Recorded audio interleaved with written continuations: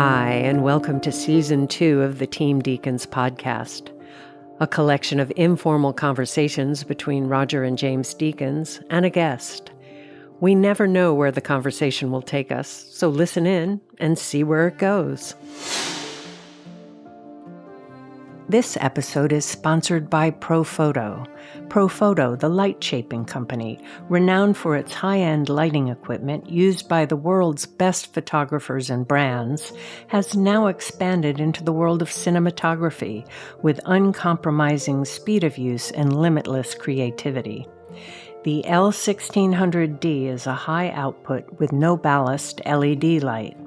Its dual mount makes it compatible with 50-plus Profoto modifiers and hundreds of Bowen's mount modifiers, making it a breakthrough product for cinematographers and gaffers seeking speed and efficiency on set with the highest degree of creative light-shaping possibilities. This episode is sponsored by Aperture and its new Storm XT52, the industry's most powerful LED point source light. Brighter than a 6K HMI and powered by Aperture's revolutionary Blair light engine, the Storm XT52 is both a tunable white light and also the brightest ever adjustable color LED. Storm XT52, unrivaled output, only from Aperture. Today, we're speaking with a director who began as an actor. His credits include Boiling Point, the movie and the TV series, Accused, and most recently, Adolescence. We're pleased to welcome Philip Barantini. Philip, thank you for doing this. Yeah, well, thank you so much for having me. It's a real honor. I'm a huge fan. Well, we've got lots of questions for you, but let's start with our first, which is, how did you get to where you are today? Was this something you always knew that you wanted to go to, or did you start somewhere else and then end up here? What's your story? I started as an actor when I was 15. I knew I wanted to be an actor from quite an early age, really. When I grew up in the 80s and I watched The Goonies, and that was one of my favorite all-time films. And it was the first time I'd ever seen a behind-the-scenes making of documentary, and it just, I don't know what it just absolutely blew me away. And I think it just made me feel like, I don't know, I wanted to be a part of that world. You know, I just found it so interesting. And I'm from Liverpool originally. I live in Manchester now, but when I was around 15, my auntie took me on a studio tour of Granada Studios, which is, it's basically a TV studios, and they have a long running soap called Coronation Street there, and you could go and go to the you could have a tour and you could go to the street and you could see, and I just remember again being like, oh my gosh, this is just incredible. But because where I'm from in Liverpool, from a very working class background, I didn't really know anybody in the industry at all, but I was quite good at drama and I enjoyed acting. And so I did some little classes and things like that. And then I did this show, Trial by Jury by Gilbert and Sullivan in a local, in St. George's Hall in Liverpool. And a local agency came to watch it, and they basically signed a couple of us up afterwards, and I was like, this is brilliant, I've made it,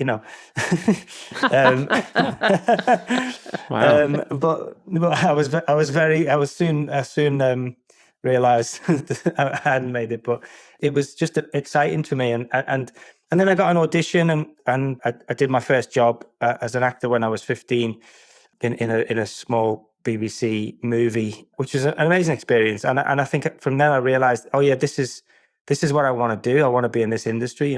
At that time, I didn't really sort of have any ideas about being a director, because for me, like I said, directing just wasn't on the cards, because people like me don't become directors. That's what I told myself for many, many, many years. And, over the years, I sort of, my acting career grew and grew and grew, and I did some amazing projects, and then this sort of, I got a little bit complacent because I didn't go to drama school. I didn't go to, I didn't, I didn't have any formal training. I did some classes, like I said, but in terms of formal training, I didn't really do any because I got this job when I was 15, and then, I just carried on working. But I was getting jobs, and then I think I got really complacent and became a little bit, not big-headed, but I just thought, every audition I go to, I'm probably going to get the part, which was like ridiculous and a huge lesson, because I started to not get the parts, and I became slightly bitter about it. And friends of mine would be going for the same parts, and they would get the role, and I would then be like, why are they getting the part? And it became quite a toxic. It was quite toxic, really, for myself, and I couldn't really get out of it. Yeah. And I'm quite open about my. I've been sober for 10 years this year in March, but I went down quite a dark hole in terms of like my addictions and alcoholism and things like that. And it didn't help. It really didn't help. I think the whole time that I was acting, I wasn't the type of actor that would come to set and just go, right, where do you need me to be? Let me do the scene, and then I'm going to go home. I'd always want to stay behind after I'd wrap, and I'd always want to be sat with the director, and I'd ask questions, and like, I'm just so interested in how it all works, But again, subconsciously, not because I thought, because I want to direct one day. It's because this world is magical to me, and I'm just so interested. And then as the years went on, and my acting career started to fizzle out a little bit, I needed to make some money. So I started working in kitchens as a chef. And I thought, I sort of quit acting in a way. I told myself, right, I'm not going to be in that industry anymore, because, I'm just not going to get the work, or, I've sort of lost contact with the casting directors and things like that. But I thought that would be easy to walk away from it and to focus on a career in chefing. But it was just there the whole time. I just, it's just like, I need to be, I resented myself for thinking that way. And, I couldn't stop thinking about it. And I guess I'd always wanted to try directing. So I sort of gave it a shot and made a couple of little things myself, just on my own, bought a camera and stuff, and made some stuff with some friends. And as it was sort of going on, I was like, this is, I could actually make my own stuff, and started writing some stuff. But all the time I was still like, nah, that's definitely not for me, because, I didn't go to film school. I'm not educated enough. I'm not of that world. So stop it, Phil. Just forget about it. You're never going to do it. You're never going to do it. But I just couldn't put it down. And what happened was, 9 years ago, I'd been sober for 1 year. And 9 years ago, my mum passed away very suddenly. And what that did to me was, there was a moment where I felt myself at a cross in the road, and I thought to myself, you can either really go off the rails here and start drinking again, and really, and it was close, or I can really make my mum proud and just give this directing thing a go. What have I got to lose now? I've just lost the most important thing in my life, and it doesn't get any worse than that. So what have I got to lose? Let me give it a go. And a friend of mine had written this short script, which is like 10 pages long, and it was a beautiful short film about mental health, about a young boxer. And I said to him, I was like, because he sent me to have a read of it, just to give him some notes, and he just said to me, what do you think of this? And I was like, I think it's beautiful. I want to direct it. He's like, yeah, sure. Okay. Well, you've never directed anything before. So, we need to get it directed. And I think before, the passing of my mum and that whole mentality, I would have gone, no, yeah, you're absolutely right. There's no way I could do that. Why would I do that? But I was like, no, I'm going to do it. I want to do it. And I'm going to prove to everybody that I can do it. And we did the short, and the first day I was on set, it was a bit of a mad feeling for me, because I'm so used to being on set as an actor and not having to have answers, and not having to sort of give people, the jobs to do and things to, and so they're coming to me with these asking me these questions, and I'm like, oh yeah, I need to tell you the answer to that, or things like that, and so it took me a little minute to sort of switch into that mode, but once I got into that, I was like, oh, you know what, this feels okay, this feels like I could actually give this a shot properly, and after we'd wrapped on that short, that my mind was clear then, and I knew this is the career that I want to take, and I knew that, my mindset was that I'm not going to stop. I'm just not going to stop. I knew that I needed to get myself an agent in order to get some work, and so I knew in order to get an agent, I needed to make a couple of short films at least that stand out a little bit. Seconds Out was one of them, and then we did Boiling Point, the short film, which was basically the start of it all for me, and that's how I got my agent. But yeah, it's been a journey, and that was 2018, which when I decided I was gonna give it that was the first short I made properly. The Boiling Point, sorry, yeah. It sounds like it was quite a coincidence or whatever that you actually worked in a restaurant for a while as a chef, and then Boiling Point came out of that. It might not have happened if you hadn't had that experience. Absolutely. Right? And But do you think go ahead, sorry. No, go ahead. No, go ahead. I was going to say it the whole time I worked in the kitchens for 12 years overall, and so everything that's in Boiling Point was either something that has happened to me or I'd witnessed, and so it was very easy to sort of to create that story, and make it believable. I'd never seen anything set in that world in the kitchens or in hospitality that I'd watched and gone, oh yeah, that's how it is in the kitchen. It's either it's glamorized, or it's made to feel it's comedic or whatever it is, but I'd never seen anything that was real and raw, and you could. So yeah, my experiences in the kitchens definitely have helped. Do you think that you had a bit of an advantage just coming into directing because of your work as an actor, and knowing you may not know how to work with a production designer, but you would know how to work with an actor? Yeah. Do you think that was an advantage? Oh, 100%. That is my. I mean, I think now after so many years, since 2018, I understand everybody's jobs. I don't claim to be able to do everybody's jobs, and I think that's why people are you hire the best people for those jobs.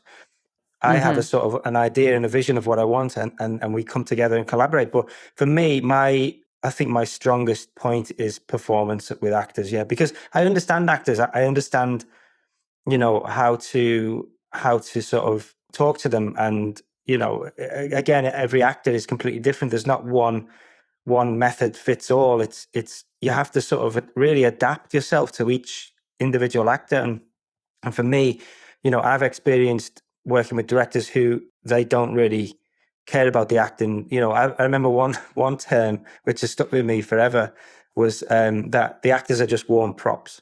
It's like, okay, Well, that was Alfred Hitchcock's opinion of actors, wasn't it? They were just kind of like props to move around. A lot of directors have said to us that when they started out, they made the mistake of thinking they had to have all the answers, and as they continued on, they began to realize that it was okay for them not to have the answer, and to ask the other people that were there to help, what they thought or what all of that. Yeah, it's so Do you true. think that's right? It's a 100% right, and I think it's okay to like. There was with me. I always like to give every single crew member an opportunity to have a voice on set, and it doesn't matter whether you're a HOD or whether you're not. It's ultimately the best idea wins at the end of the day. And I think there was a moment in Adolescence when Sean Beasley, who was focus puller, we were rehearsing episode 4, and there was a moment in the hardware store when we had to pull from Stephen Graham's character to his daughter at the tills, and we were supposed to pull at a certain moment, and then he sort of pulled slightly later or earlier. I can't remember what it was now. And I said to him, I was like, okay, you were slightly late there, or you were slightly early on the pull. And he was like, but my instinct was to do it then. And I said, okay, let's have a watch of it again. And then afterwards, I was like, do you know what? You're absolutely right. That is the right moment to do it. Rather than, saying, no, that's how we're doing it. That's the only way to do it. It's important to give people that, that's the sort of the power to be able to speak up and have a voice, and yeah, I don't have all the answers, but I'm okay with that, and I'm not afraid to ask questions. I don't understand what you mean.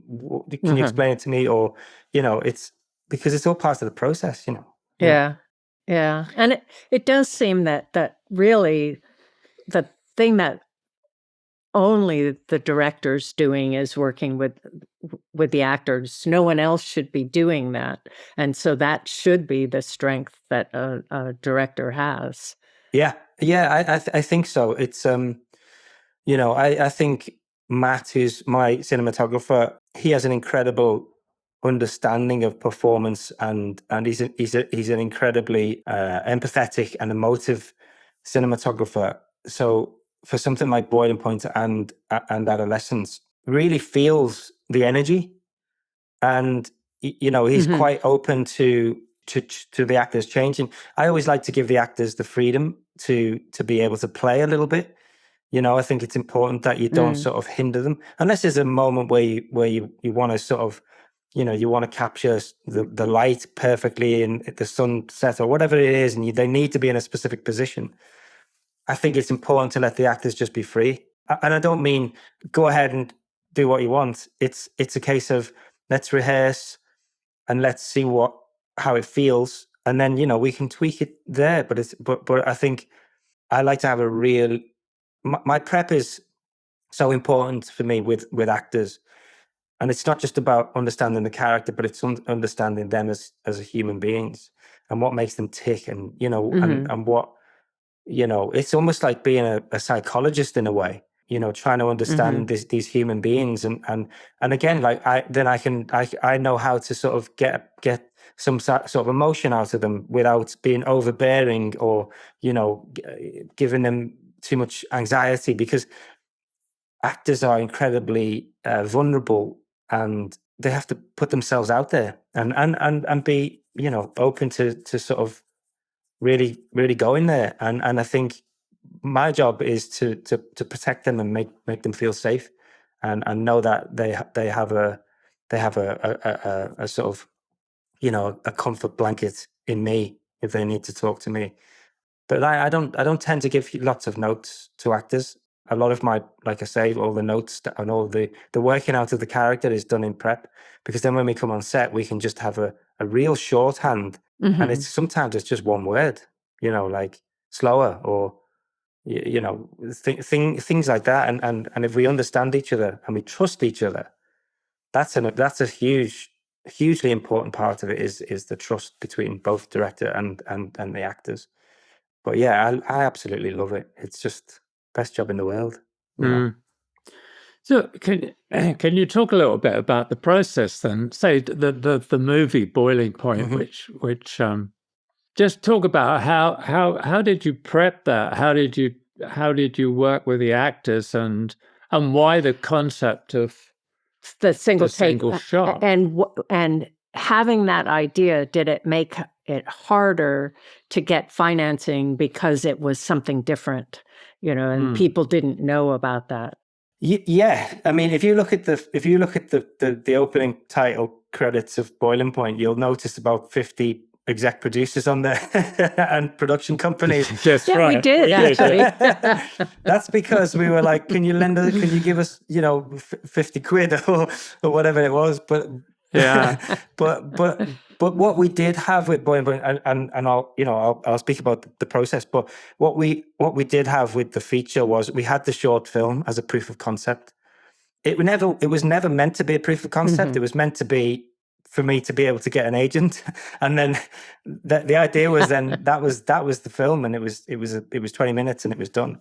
But the short did incredibly well in like festivals and it was nominated for a couple of awards and stuff. But so it was kind of like a few people had asked me, "Would you be interested in turning this into a feature?" And I thought about it, and we sort of went away and wrote a script. But the script for the feature was written with a specific location in mind. It was a restaurant that I'd worked in and one of my best friends owns. And so when we were writing the script, we were able to almost plan out the camera moves as well as we were writing it. And so when it come to the rehearsals and the prep, both Matt and I would sit in the restaurant when it closed, or it was closed on Mondays, so we'd sit in there on a Monday, or even on a weekend, we'd sit there and watch the customers and just try and get a sense of the flow of it, and then we sort of broke the script down into sections because it's just one continuous scene essentially. We broke it down into sections, and we shot designed the first section. We gave ourselves 2 rules. The first rule was that the camera wouldn't be allowed to float off on its own. It has to always be motivated by somebody. And then the second rule was that we never wanted to repeat a camera move because we needed it to feel fresh every time the camera's moving, and also organic and not too. Didn't want it to feel at the forefront. It always needs to be, a subconscious thing, really. And so we prepped it in that way. And then when we brought the actors in, we would do the same thing. So we'd rehearse the first section, and then when we were happy with that and everyone was happy, we'd then move on to the second section. Then we'd rehearse that, and then after we'd go back to the very beginning and we'd rehearse the first section, second section, and then the third section. Then we go back to the beginning and we do first, second, third, fourth section. And what that does is it makes it puts it in your brain as like a muscle memory thing. And so everybody knows where they need to be at the right times. And then we'd literally, for Boiling Point, for example, we had 2 weeks rehearsal, and then we were supposed to shoot it over 4 nights, and we would shoot it twice a night. So the first take would be around about 6 p.m. I think it was, or 6 p.m. just before it went dark, just after it went dark, sorry. And then we'd shoot it for an hour and a half, and then we'd have a break for 3 hours. I would give all the notes to the actors or, to the crew, and we'd talk through it, and then we'd do it again. And then we'd finish the second take, and then we'd all go home, and then I would watch them back that night and then make my notes again for the next day. So we were supposed to have 4 days to do that, which would have given us 8 takes in total, eight whole movies, each 1 hour and a half. But that was in March 2020, which was when COVID hit, and we actually got shut down. Yeah, so we only ended up doing 2 days. So we had 4 takes in total to choose from, and we ended up scrapping the first 2 takes because they were, in my mind, they were only going to be like dress rehearsals anyway. I knew that we wouldn't get them on the first 2, and we had to iron out a few problems. So then the second day when we came in and we knew we were shutting down that day, the pressure was immense. Not only is it immense because you're doing a 1 take, but it's also immense because now you're like, if we don't get it today, we don't have the film. And so we did it, and we did it again. And then it became very apparent that the first take on the second day, which was the 3rd take overall, was the one that we were going to use. Now, technically, it did have quite a lot of flaws. Matt and I weren't happy with that take. We were happy with it, of course, but it wasn't perfect. But the 4th take was technically perfect. However, the performances were much flatter because everyone was exhausted. And when I watched it back, And literally the next day, we all got locked down in our houses.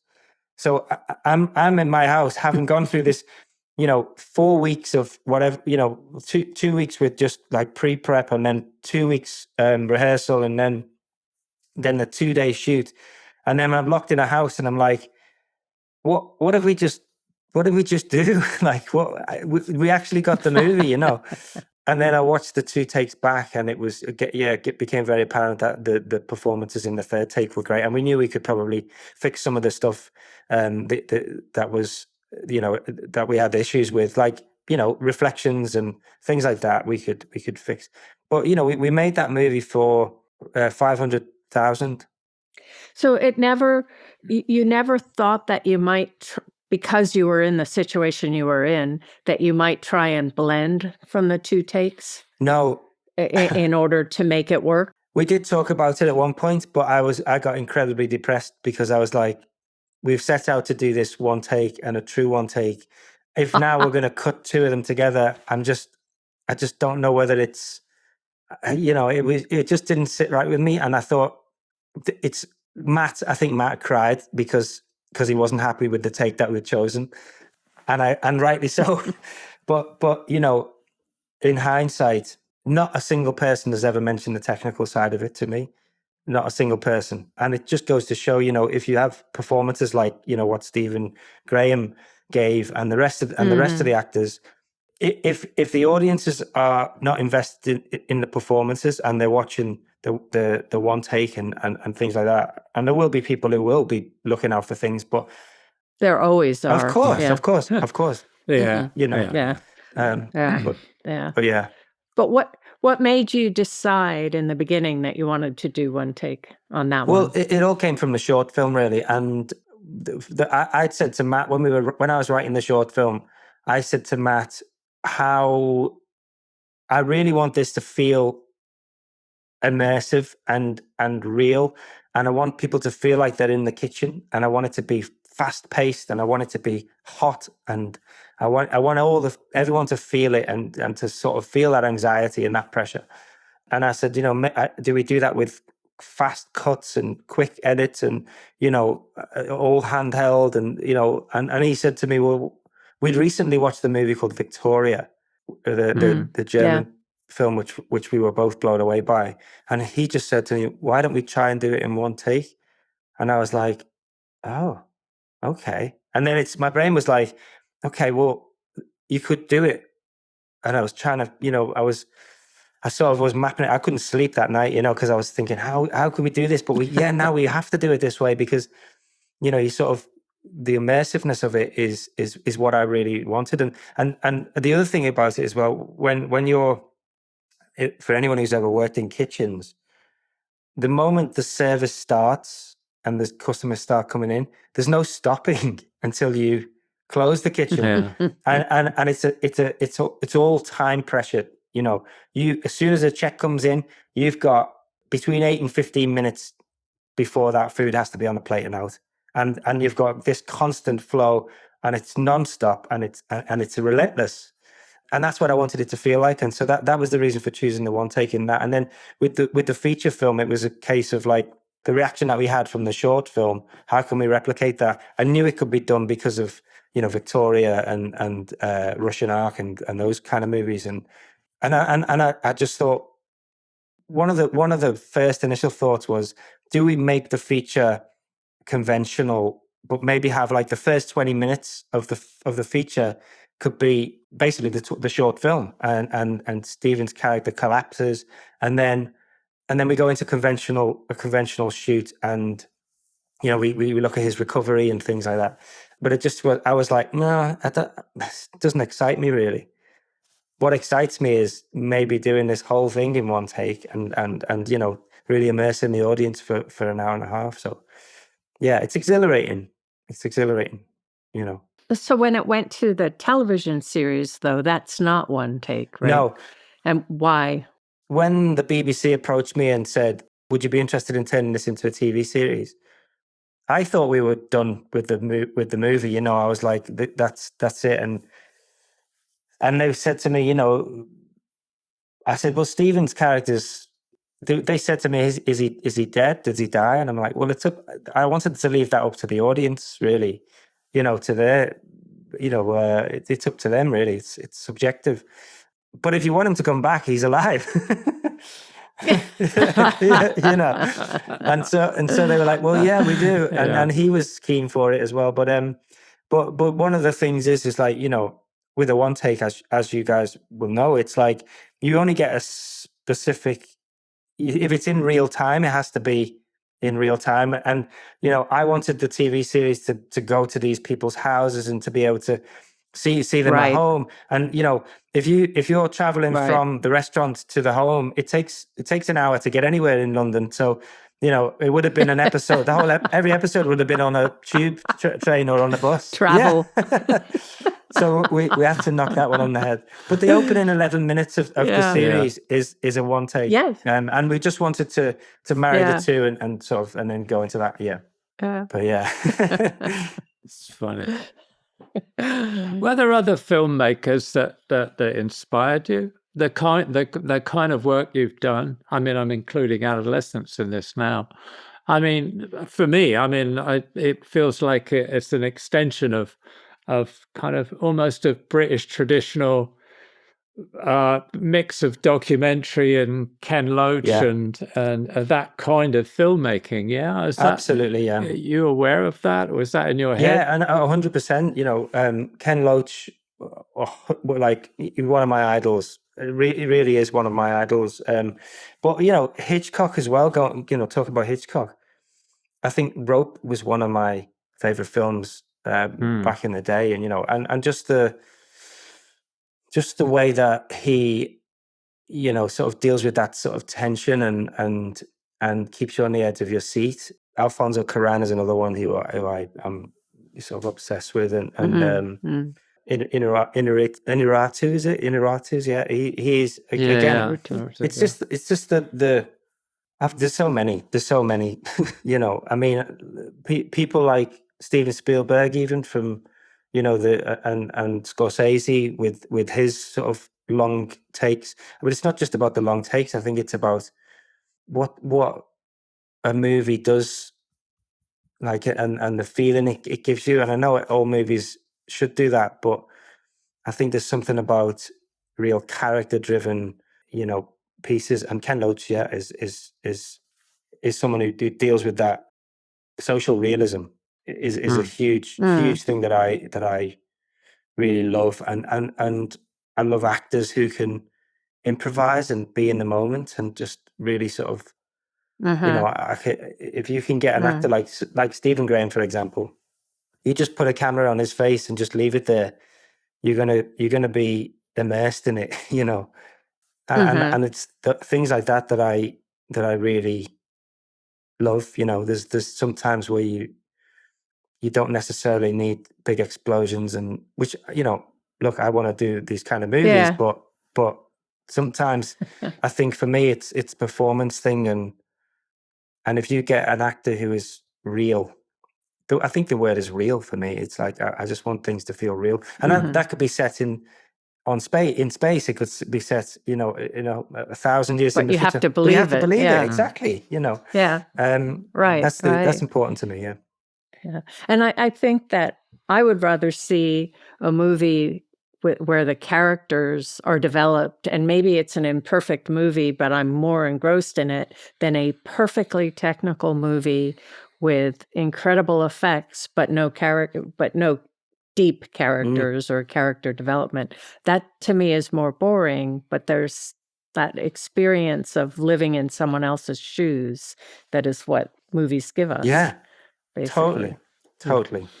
I also think there's a connection between what you do and documentary. Yeah. I mean, the films of Fred Wiseman, in a sense, especially something like Adolescence, you do feel you're observing a moment, but even Fred Wiseman edits. But no, so I want to ask you then, how did Adolescence come about? Presumably on the success of Boiling Point. Yeah. Were you approached to do something else? I was, yeah. I had a general meeting in, I think it was 2021. with Plan B, with Jeremy Kleiner and Didi over at Plan B. And Didi, who I love. And they said to me, we would love to do something with you and Stephen in the same format, but in this TV space, because it had never been done before in terms of, a whole series in that way. There'd been obviously episodes of things, or certainly long sequences. I, off the excitement, the anxiety of Boiling Point, but also the excitement of it, of what we did and how we did it. I was equally scared, but also intrigued, and they said to me, look, go away and have a think about an idea. It could be anything, just come back to us with a couple of ideas. So I went to Stephen Graham and I said, look, Plan B want us to come up with something for this format. And so we were sat in the back of a car on our way to, I think it was like an event for Boiling Point or something.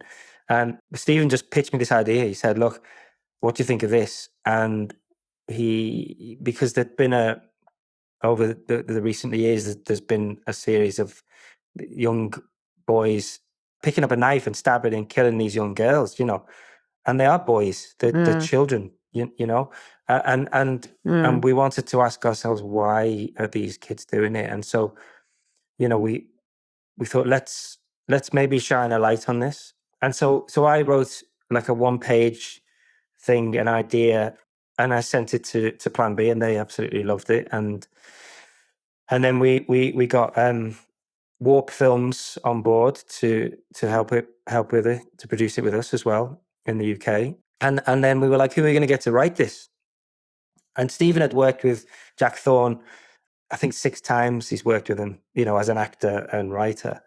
So Stephen rang Jack, and Jack was as on board as us. He was very excited by the idea, and then off we went, and we developed a pilot, and then it was originally developed with Amazon, and I can say that now because it has come out in the press. But it was originally developed with Amazon for a couple of years, and then they let it go after a couple of years, and then we went to Netflix with it, and they jumped at it. It's not an easy sell on paper, if that makes sense. It's a very nerve-wracking, and I understand why Amazon probably didn't want to do it in the end, because it's you're saying that the script that we shoot is the script that's the show, that's the episode. Because usually producers and execs, they can sit in an edit and go, we don't like that, or let's reshoot that, or let's move that scene to that moment, this works better. Couldn't do that on this. So it's it's a big it's a different way of working for people. But because we'd done it on the feature, we came into it with a bit more confidence than most people. But it took a little beat for them to understand the process. And the way it worked was they would come in during the rehearsals. We had 2 weeks rehearsal per episode, and then we would shoot for a week. And during the tech week, which was the second week of rehearsal, first week it was just me and the actors, and we were getting it off the page, and we were playing with it, and we were making it come to life. Then the second week was the tech rehearsal, where every single member of the team is there. It's almost like you're shooting it, but we're just doing it stop-start, making sure everybody's in the right place, making sure everybody's happy, every single department.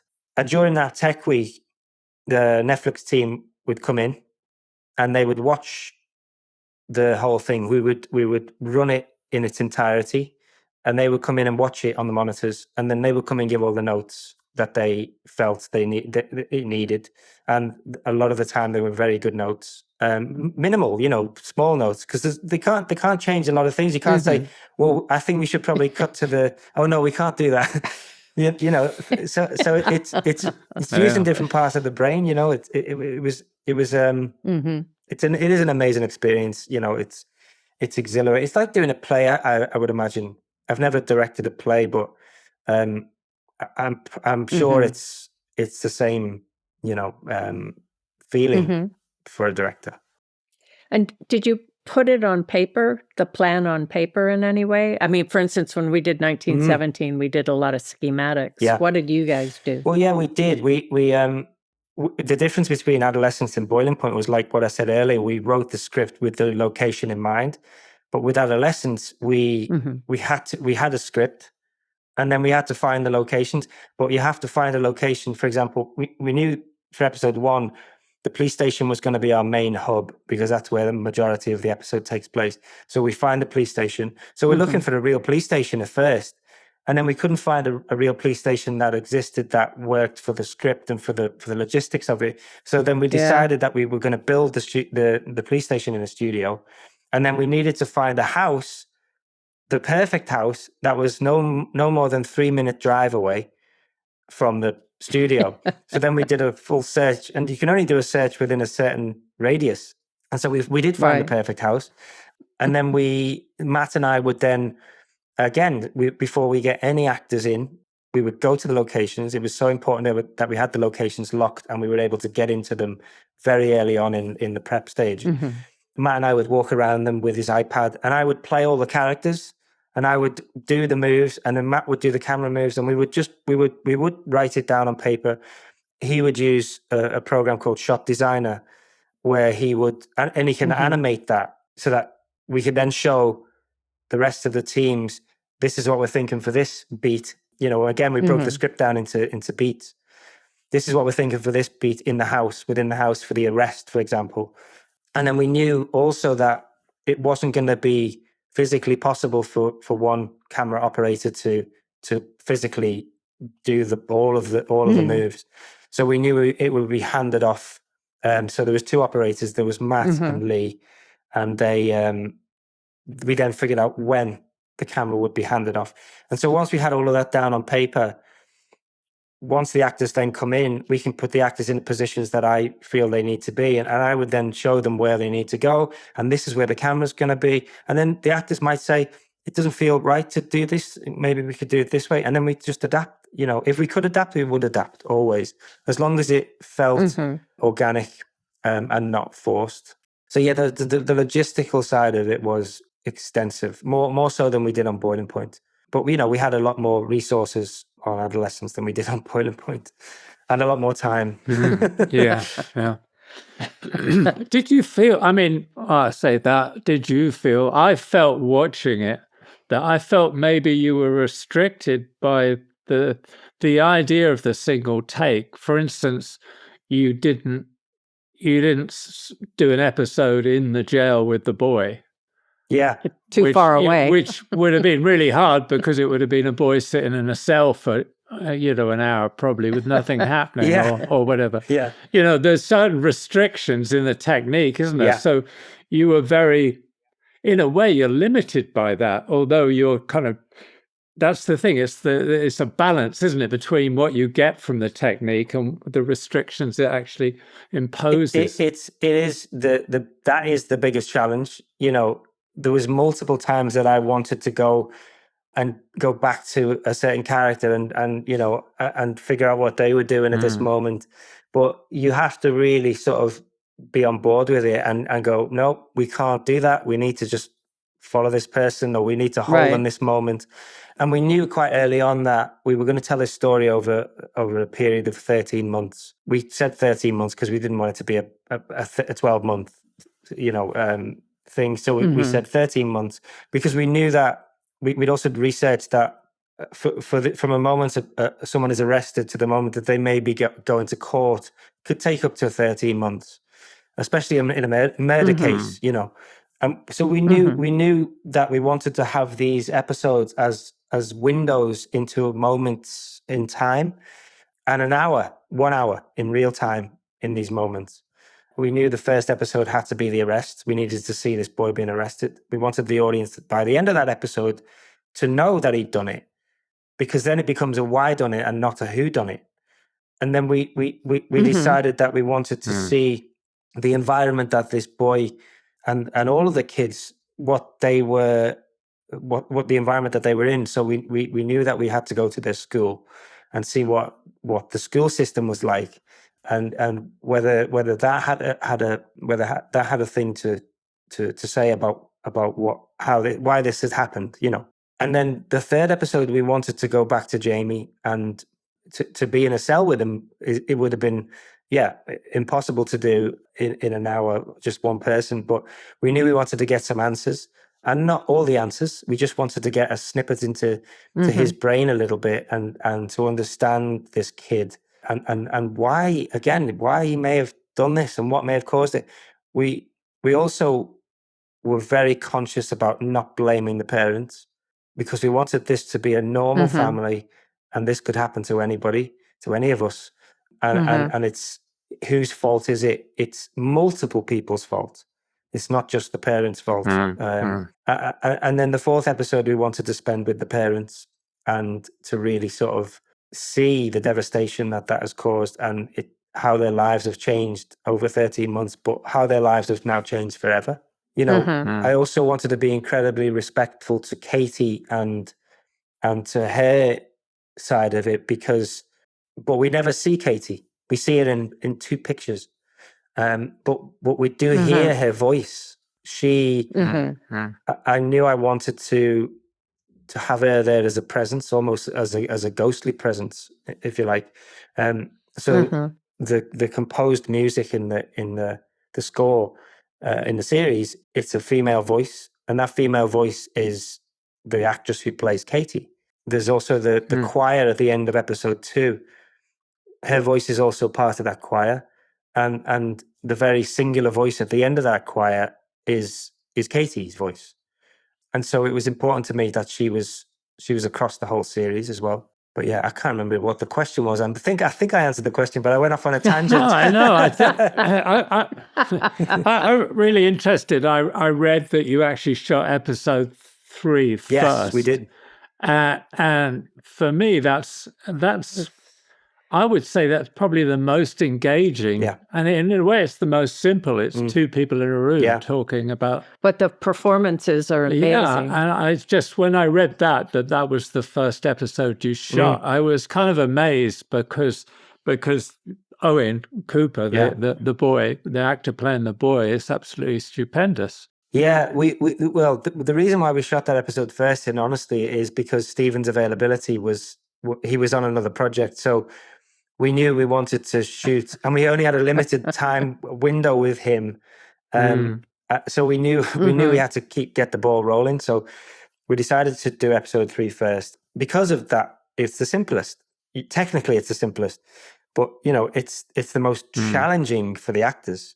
Certainly for a 13-year-old boy to be able to go toe to toe with the likes of Erin Doherty and really hold the audience and hold that performance. It was a very scary thing for me certainly in the casting process, because you're reading these scripts and you're like, I was, first time I read them, I'm very, I get emotional and I'm crying, and then the second emotion is like, oh, how the heck is a 13-year-old going to do this?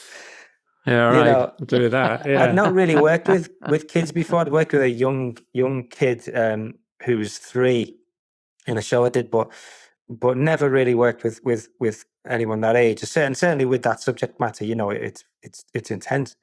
And so during the audition process, we were thinking, should we cast someone older who looks younger? And that's what we tried to do initially for various reasons. But it was very apparent that these kids, these slightly older kids, between the ages of like 13 and 15, you are still this young. Your body's different, your voice is different, your mannerisms are different. As soon as you hit like 16, 17, 18, your body changes, everything changes, and so it was really very apparent that we needed to cast someone of the right age. And we did an extensive search and really sort of put these kids through their paces, and Owen was a standout from day one, really. He was just, incredible. He's never acted before. He never acted before. How did you know he was going to be able to sustain an hour, though, with a crew, in that situation, and hit the right mark acting against a very experienced, brilliant actress. In all honesty, I didn't know. You didn't because it'll be scary. Yeah, I mean, look, when we did the read through, everybody's reading the script and everyone's nervous, and you know what it's like. It's every read through that I ever did as an actor, I always thought I was going to get fired straight after it. But I was watching him read the script, and it was again nerve-wracking. And then we were going to start the rehearsal process like a couple of days later. It was like a week later. And then on day one of the rehearsal of episode 3, I always liked to just sit down on the set and let's read the script, get it off the page, and let's just then have a chat about it and we can talk through it. And the first day is literally just that. So Owen turns up without a script on the first day, and I'm sat around and I'm like, okay, we're ready to read. I said, where's your script? He's like, do I need the script? I was like, yeah, we're about to read the script. Where's your script? He's like, I've learnt it. I was like, you've what? Wow. I've said, you've learnt the whole thing. And he's like, yeah, was I not supposed to? I was like, well, no, yeah, absolutely. I mean, yeah, let's give it a go then. And sure enough, he learnt the whole thing. All the other actors are reading the script, and they must have felt like, frauds or something. It was amazing. It was amazing. Yeah. And how did the shoot go then? I mean, how many takes did you do? I mean, it was still, even though it's 2 people basically in a room, it was still choreographed. Yeah. The camera still had to segue from one character to another, from a wide shot to a close shot and stuff. So how did the shoot actually progress then? Well, we did 2 weeks rehearsal, like I say, with that one. The first week was just me and the actors and Jack, the writer, on set. But Matt was also there for the cast rehearsals because with his iPad, because if anything changed, he would be there, and rather than me having to relay that to him, he needed to be there. And he also was able to speak up if he felt like he needed to. So that was the first week. Second week then was, again, like I say, the tech rehearsal. That episode in particular was the only one that Matt operated alone. And he had an easy rig, and we used the Ronin 4D, which is, you probably know it. It's just an incredible piece of kit, actually. And I don't think we would have been able to do this the way we've done it without that camera. It would have been very tricky. And then during the shoot, again, it was the same, pretty much the same every time, but there was slight changes in terms of, if a performance was slightly, I don't know, if Owen was slightly more aggressive in one particular moment than he was on the previous day, Matt was, again, very intuitive, and just, he would do something slightly different, or he'd go closer, or, things like that. And we were both very aware of that's how it had to be. He has to be open to that. And so I also said to the actors and all of the crew, unless something incredibly dangerous happens, if someone falls over, or if just don't stop, because ultimately if you can style it out and make it feel like it's still part of the scene, or the part of the episode, or whatever it is, the audience don't know what's coming next. We do, because we've read the script, but the audience don't. And we might get something really amazing. So don't stop and go, oh, I messed up the lines. Can we go again? I actually love it when actors mess up lines, as long as they style it out, because I think sometimes you get the best, because that's real.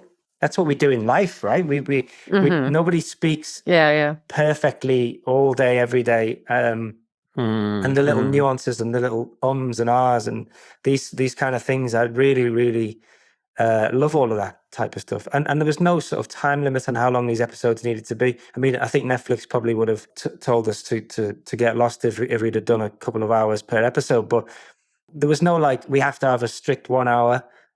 There was a bit of flexibility. That's good. Yeah, it's very helpful. I was going to ask you how you worked out the timing, but great. Yeah, it was each take that we did for the episodes was slightly different time wise. We weren't keeping track of that really.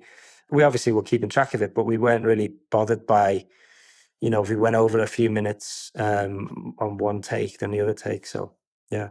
And you must not have had any actor. There are certain actors that like to do something different every take. I mean, to add something new into it. But when you're doing a one take, that doesn't work because so many people are depending on you to do it the same way. Yeah. So you must not have had any of those. I mean, we in the audition process, and when we chose all of these actors, it was important to let them know that there's a strict formula to work to. However, if you restrict them too much, then they get very tense and it becomes very scary. And, so it was important for me to say to them, look, this is the script, but if you go off a little bit, that's cool. As long as the other actor who you're working with can pick that up. It's like playing tennis. Yeah. You're hitting the ball back and forward. If someone drops the ball, the other person should pick it up and hand it back, and if you forget a line, for example, if you say you miss a line, the other person should pick that up and say, did you mean to say that when you said that, or whatever it is? Fill in. Yeah. I mean, there was a brilliant moment in episode 1, which is one of the takes that we didn't use. Episode 1, we used the second take, and I think it was in the third or fourth take. Faye Marseille's character is supposed to say, "Do you know Katie Leonard?" That was the character, the Katie's name. Do you know this girl, Katie Leonard? And she said, "Do you know this girl, Katie Miller?" And that's Jamie's name. And so Owen, when the camera came on to him or whatever, he just said, "Miller's my name. Do you mean Leonard?" And she was like, I do apologize. And I was watching the monitors like going, "Oh my God, this kid is unbelievable." Yeah. Really? And there's other moments where he yawns, and it's the take that we've used in episode 2. Episode 3. He yawns in the middle of the take, and that was just him he was just tired because it was the last take we did of the week, and I said to him, he had a real sore throat that day because we'd been doing it twice every day for 5 days, and it was the last day, and we had one take in the bag, and I said, look, we've got the take. If today's just a day of having fun, and if we've got the take, if something comes of it, then amazing, but we've got it, so let's all just go into this last take and just have some fun. And he said, "I've got a sore throat." I said, "Well, okay, Jamie's got a sore throat today then." And so he went into it, and he says in it, that's the take that we used, he's like, "Oh, my throat's killing." And I was watching the monitor going, "Oh." And then when he yawned as well, and the yawn was just because he was tired, Some actors wouldn't dare to even do things like that, Right. Right. It's interesting. You mentioned Rope earlier, Alfred Hitchcock's Rope, the sort of one take thing. But you could never imagine doing Adolescence on film with a film camera, let alone what the camera Hitchcock used to have to use. I mean, it's ridiculous. I mean, that style of filmmaking in Adolescence wouldn't have happened without actually the piece of equipment you mentioned. Absolutely. With the modern gimbals and digital capture and the whole thing. But I felt there's a danger with a lot of new technology that it's kind of used just to show off. It becomes the technology is kind of driving the story, whole story, which is not the case with Adolescence. Yeah. I mean, I only kind of think sometimes I wanted to see other parts of the story. You know what I mean? Yeah. You're restricting me, Yeah. but as you say, you're taking little pieces out of a 13-month period and saying, this is what we're looking at. This is slice of life. Exactly. Which again, to me, reminds me of like a Wiseman documentary or something where he's not there for 24 hours over 6 months or 12 months, but he's showing you parts of reality in an interesting way. It's real humans doing, real human things and relatable things. And that's what we wanted from this. We wanted it to feel like, like all of us, it could be any of us, Yeah. Yeah. You certainly achieved that. Yeah. Were there any surprises in the whole process? I mean, what did you learn most from doing Adolescence? I learned that, if you, like, for example, there was Jack would write things in the script and he's admitted to this now. He would write things in the script to test whether to test me and to test Matt, and just be like, I'm going to make them jump out of a window now and see whether they come back to me and say, no, there's no way we can do that. But the way Matt and I work is like, right, we need to jump out of this window. How are we going to do that? Let's figure it out. Or the camera flies off and becomes this ethereal thing at the end of episode 2. How are we going to do that? And we were like, has the camera ever been attached to a drone live and then flown off and then caught and then disconnected and we were like, I don't think it has, but we need to figure it out. And so it was the challenges were just so, Matt and I just love the challenges like that. But in terms of like what it's learned for me is, I think just really sort of believe that if the script is good enough, then, my job is not easy, but my job is easier because I just need to bring that those beautiful words to life, as best I can, really. And I think just for me, it's just like, really believe in yourself, but also your team and have trust in them. When we were talking to HODs and and people about this project, and we were interviewing people, we would say like, this is going to be a one take, and they're like, yeah, but not a true one take, surely. Yeah, it is going to be a one take. It's going to be a one take, and we're not going to cut at all. And they're like, yeah, but what if this and what if? And if they had any doubt whatsoever, we would be like, thank you very much. It's probably not going to be the one for you. But if you get other people coming on the calls and they're like, what? Oh my gosh. So you could do this and you could maybe, and that's how you're going to do it. Oh, that is exciting. And then you're like, okay, you're the right person because you're on the same, you have the same mindset. And also the excitement that I had for the project, it starts at the top, and my excitement and my passion should be, matched from everybody, and we all want to be on the same boat, traveling in the same direction, and paddling together. Yeah. So the project that you're working on now is not single take, right? No, it's not. So do you find it a little boring? Yeah. Is it a little boring? When we were doing 1917, one night we turned something on and it was the standard cutting, and we went, oh, wow, that must be so boring to do now. Exactly. And plus, we finished much later on Adolescence. Everybody was finished by 4:00 because, we'd do the second take of the day, and then we were like, okay, what now? We're not going to do another one. So everyone enjoy the rest of your night. And we'd have like a 3-hour lunch because we would be, giving notes and resetting. But it's I mean, I just love, I love film. I don't think I don't want to go into every project and do the, like someone said to me, is that you now? You're just going to do one take. So I'm like, I probably wouldn't. I'm probably going to run myself into the ground very quickly if I continue to do this. I can see your next film would be a locked off camera like Ozu or something, and the characters will move across the frame. No, but why?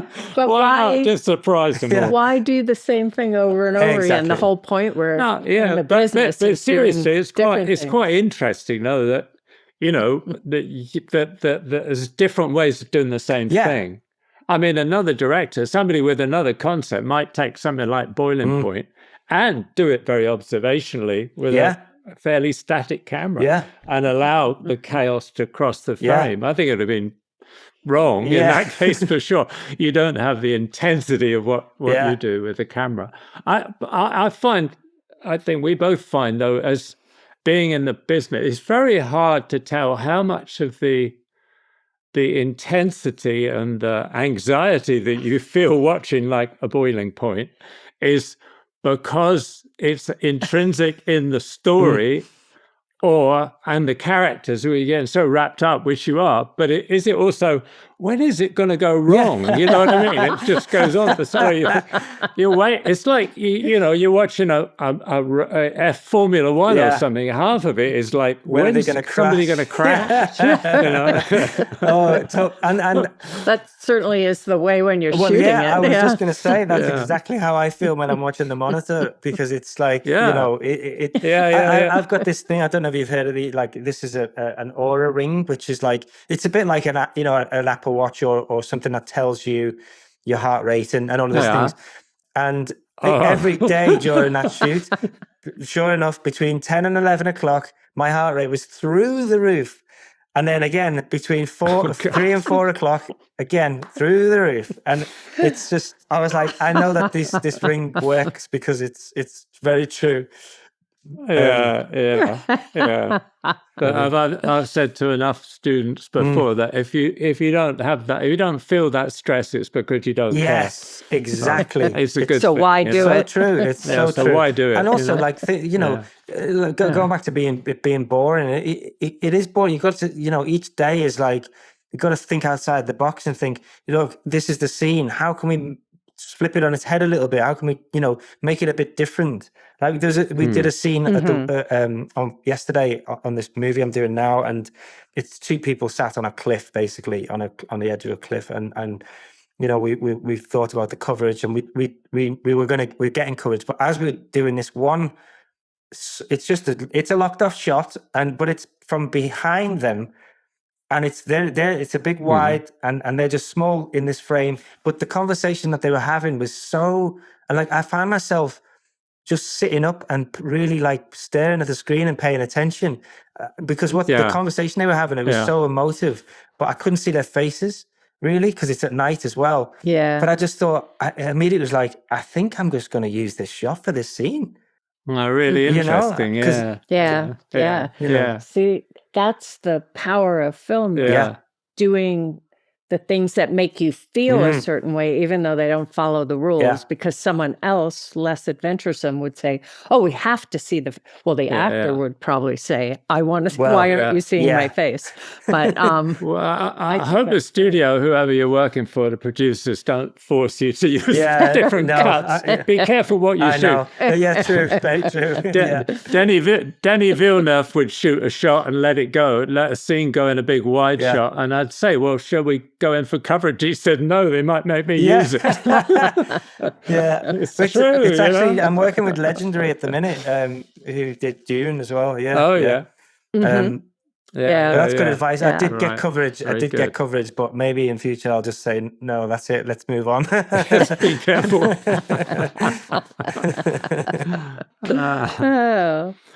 It's been really great talking honestly. to you. Thank you for this. It's so interesting. Thank you so much. It's been an absolute pleasure. I wish you so much luck. I think your work is striking. I mean, looking forward to seeing what you do next. It's an absolute honor because likewise, I'm in awe. I've been in awe for many years of your work. So this is a real moment for me. I'll be honest. So thank you. Thank you. Thank you so much. Nice to I'd love to do another podcast where I can interview you guys and talk about your stuff as well, because I think we'll be there for a few days because I've got a lot of amazing. Anytime. All right, Philip. Thank you so much. Thank you. All right. Good luck. Thanks. Good luck with your shoot. Thank you so much. If you'd like to sponsor the Team Deakins podcast, let us know at pod@teamdeakins.com. Thanks for listening. If you want more information and further discussion, check out the forums at www.rogerdeakins.com. Becoming a member is free, and you can ask follow-up questions there. And be sure to subscribe to the podcast for more new questions and topics. Also, check us out on Instagram at team.deakins. See you next time.